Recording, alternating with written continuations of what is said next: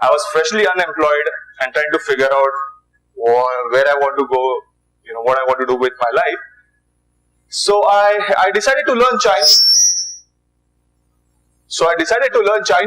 And take a road trip from Hong Kong to Lucknow. It was an interesting 68-day road trip.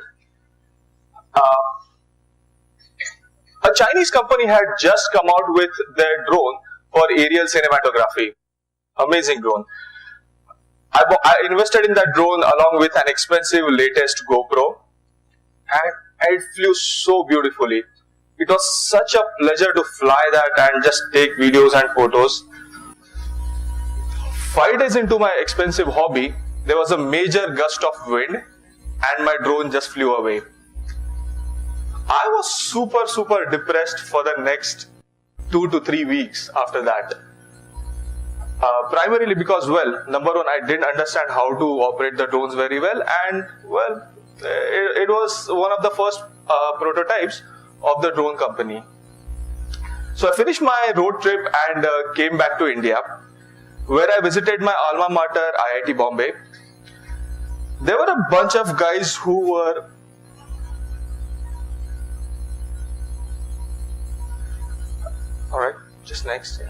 So there were a bunch of guys who were working on a drone that they had built for a competition.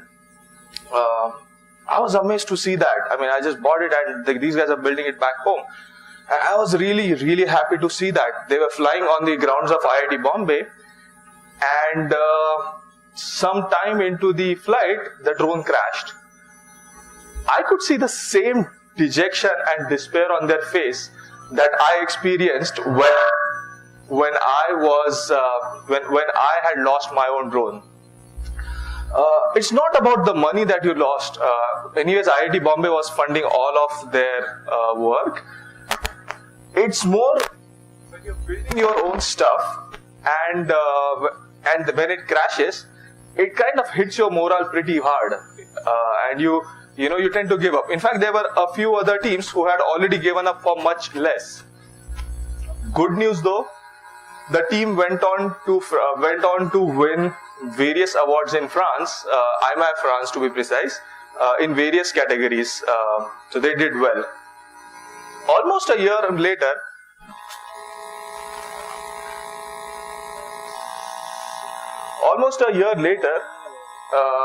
I joined hands with them and started the company Drona Aviation,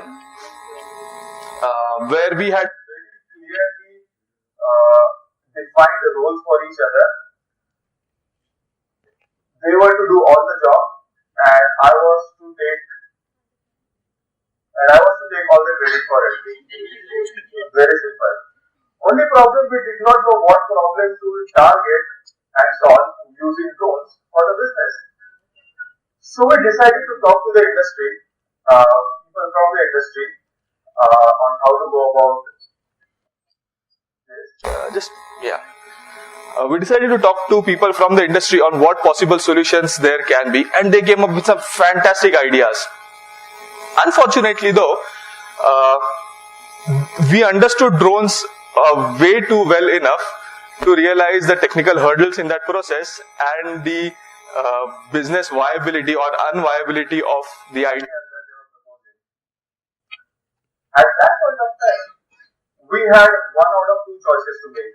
Either build an entire solution ourselves, and we did try that. We did try to build a solution for the fire department, for the lifeguarding section, but selling to the government takes an entirely different skill set, which we didn't really have. Or the second option for us was to build a community of developers who can build the solution that the consumers, the market, the industry requires. This made a lot of sense for us because this way the drone industry in India would grow bottom up, like the way IT industry did a few years ago, instead of the top-down approach, which is how generally government projects go by. So we looked at what are the problems that we faced when we were developers. Number one, the drone platforms were extremely expensive. They were also very fragile. they were also very fragile platforms. So every crash meant that we lost a bunch load of money. It was also very difficult to program. So to make a very small change, you had to sift through multiple lines of code. It was also very unstable, and this part I'm not making up. We actually had to carry one person along with us everywhere we went, just so that he can pilot the drone that we had built. Finally, any sort of addition of external hardware to the drone was just extremely messy affair. The programming integration was very difficult, so very demotivating. In short, like there were quite a few hurdles that we faced. Now imagine you are an Android developer. Any Android developers in the house? I see a couple of hands going up. Now imagine you are an Android developer and you had to build the phone yourself. You had to build the phone by yourself. You had to figure out how to make the phone work, and then you had to worry whether the government will let you use it or not. That's the problem that drone developers in India are facing, and that is the reason why we have not seen hundreds or thousands of drone companies come up in India yet. Yes. So if I told you that we looked at all these problem statements and decided to fix them all and build a product and go out, and like if I told you that we just built a product and went out into the market, I would be lying. We actually built an extremely dirty prototype, which was made out of balsa wood. It looked pretty bad, and well, it only flew. Yeah. Thankfully, we had some very patient, lovely, supporting doctors who helped us go from this. They helped us undergo a lot of iterations, supported us in this process, and we came to the next one. Yeah. And this is, after a lot of iterations, this is the first product that we launched. Pluto, the extremely robust nano drone that's out in the market. It's very robust, it's easily programmable. We also 3,500 students who are trained on this platform and who are doing some pretty amazing work on top of it. In fact, it's after inputs from these students and developers that we built the next version, which is Pluto X. The next version, which is in its alpha prototype phase, and which is in hands of a few developers. Now, let me tell you what I'm talking about.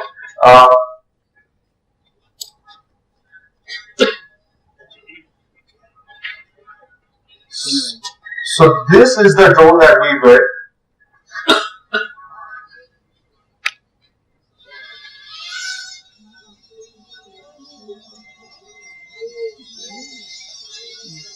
The crashes on you, don't worry, it's pretty small.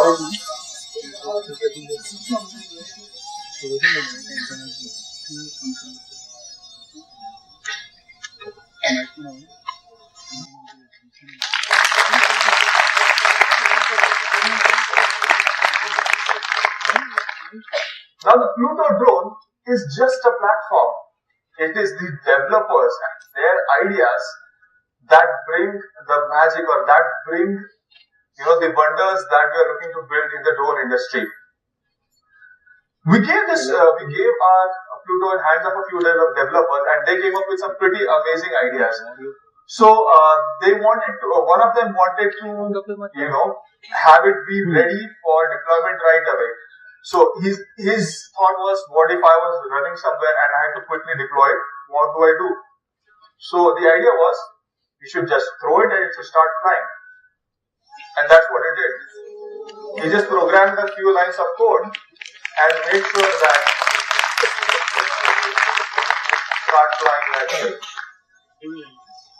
There's another guy who was like, hey, I don't really want to keep giving in inputs to the drone all the time. What if I could just with my motion sensor control the whole drone? So this is what he did.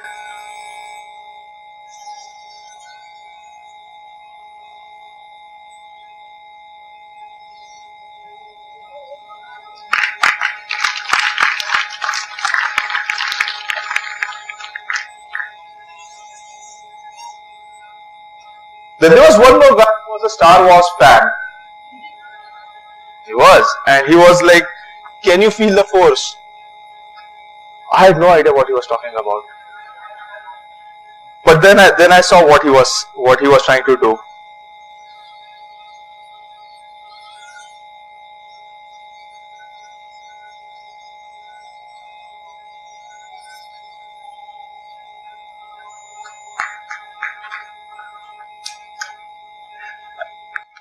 The idea was you feel the force, and it basically has the distance sensors that feels the thing. Now these are just some of the things that the developers, just for fun, executed on the platform that was available. But you could find a whole bunch of actual use cases in real life going down the line for these funny, quirky applications that they built on top of this. Imagine you're a soldier in an urban battle zone. You wouldn't want to sit down, figure out how to start it, and go into the battlefield. You would rather just want to throw the drone in the air and see what it gives you. If you are working in closed spaces, you want your distance and obstacle sensors to figure out how to go about in that space. And for the Star Wars thing, so that's for the Star Wars thing. In case of the magnetometer lock, imagine you're a wearables company that wants to integrate drones into your use cases. This is another application that you could go ahead with. And that's how people are using our drones. That's how developers are implementing their ideas on the drones. If I can go back to the phone analogy, we had phones that were sold as feature phones back in the day. But when iOS and Android came in, they changed the entire game altogether. The power shifted from the manufacturer to the developer, and hardware just became a mode of executing that. That's how we're going to see it in the drone space. People who are now selling these features as cool drone features, the drone developers are going to change the game and make it more application, give the power to developers more than the platform itself. In fact, we have seen a lot of interest from the industry also in this case. There's a famous chain of restaurants that sells some very delicious fried chicken. They are working with us. They actually designed a whole new drone. They use our base platform of the PCB and the motors, and they've created a whole new drone for themselves. You can go check out on kf4drone.com and you'll find more. We also have a professor who's working on a scout drone for soldiers who go out in urban battlefields. Imagine a 26/11 happening again, and you don't want your soldiers to go into those closed spaces blindly. You want them to have more intelligence before they storm into a room. Another professor is also working on a warehousing solution, integrating the drone into their present warehousing solutions, wherein some of the tasks which are taking 7 hours of time can be reduced to half an hour of time, bringing in a lot more efficiency in that process. In fact, we also have IIT Bombay, who is who's launched a drone competition pan India. In fact, we recently held a hackathon with the Pluto X that's come out, and we just gave it to people to experiment. And this is what one person came out with. Could you play this? So, I don't know if you can see it in horizontal, but they basically broke apart the Pluto drone, integrated it with wheels, and built a hybrid vehicle. A vehicle that can drive on land and can take up in air at the choice of the driver. It's again a prototype, but it actually brings out the idea of flying cars, which are again hybrid. I don't know, amphibious is probably not the right word, but something that can go on ground as well as fly in the sky.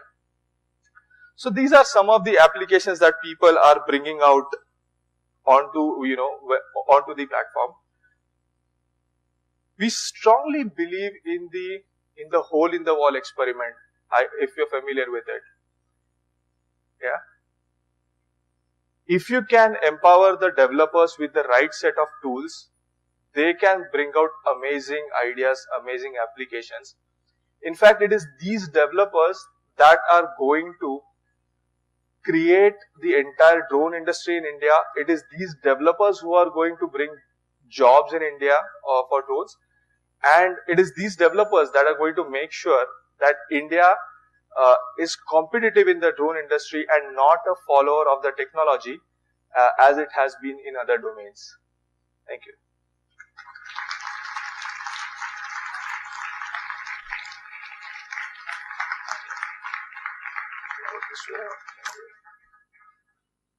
Quick question, do I go this way or that way? I think I'll go this way. Thank you for that informative speech, sir.